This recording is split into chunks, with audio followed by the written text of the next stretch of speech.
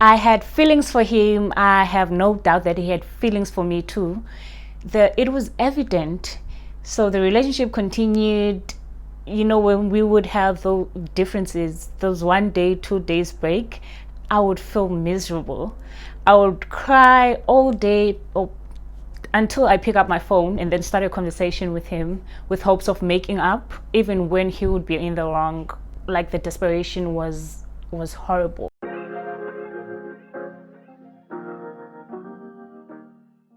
Hello everyone, welcome back to my channel. My name is Anita Mbanyahu.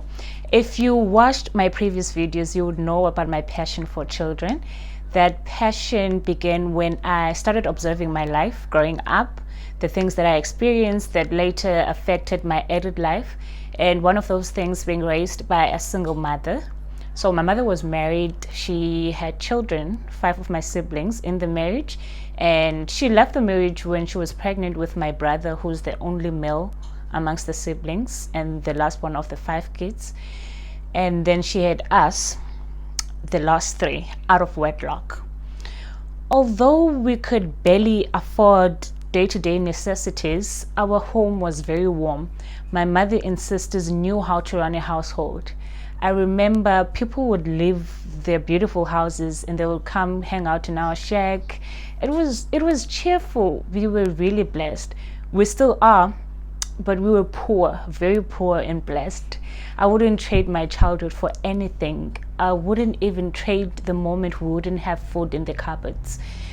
So one day, I remember just expressing gratitude to my mom, telling her how I'm grateful for what she does for us.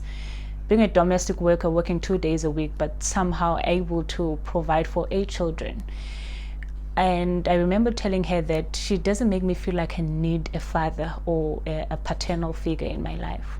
And of course, she was very happy. And I think at that point, I became the favorite child. Yes, but those thoughts changed when I started dating. The guy gave me something I never thought I needed growing up, and that's security. He provided security. And I remember people started approaching me differently after learning about our relationship. They approached me with dignity. Things changed in my life. Someone, I don't know how to describe this, someone with whom your problems are his. That's the type of security that the guy provided. Not necessarily materialistic, but the feeling, I had feelings for him. I have no doubt that he had feelings for me too. It was evident. So the relationship continued. When we would have those differences, those 1 day, 2 days break, I would feel miserable. I would cry all day until I pick up my phone and then start a conversation with him with hopes of making up, even when he would be in the wrong. Like, the desperation was horrible. And I think he noticed that. Well, I know he noticed that and took advantage of it, because that guy was never wrong. And I didn't care as long as he was beside me. The relationship continued. It lasted 4 years. But my feelings for him died out in the first year that we met. But I stayed. I enjoyed the toxicity because of what he could provide for me.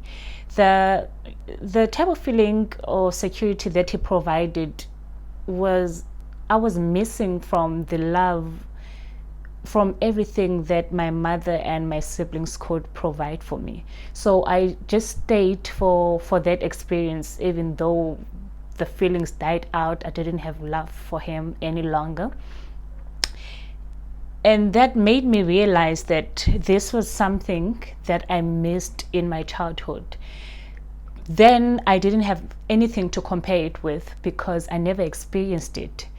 And so it didn't feel like I needed it then. So I only realized that I needed this growing up when I started dating. So that lack of balance growing up affected that stage of my life. After realizing this, my values started to change. I knew that I wanted to provide that aspect for my children, that positive male figure, a loving father, a present father in the home, which would be my husband.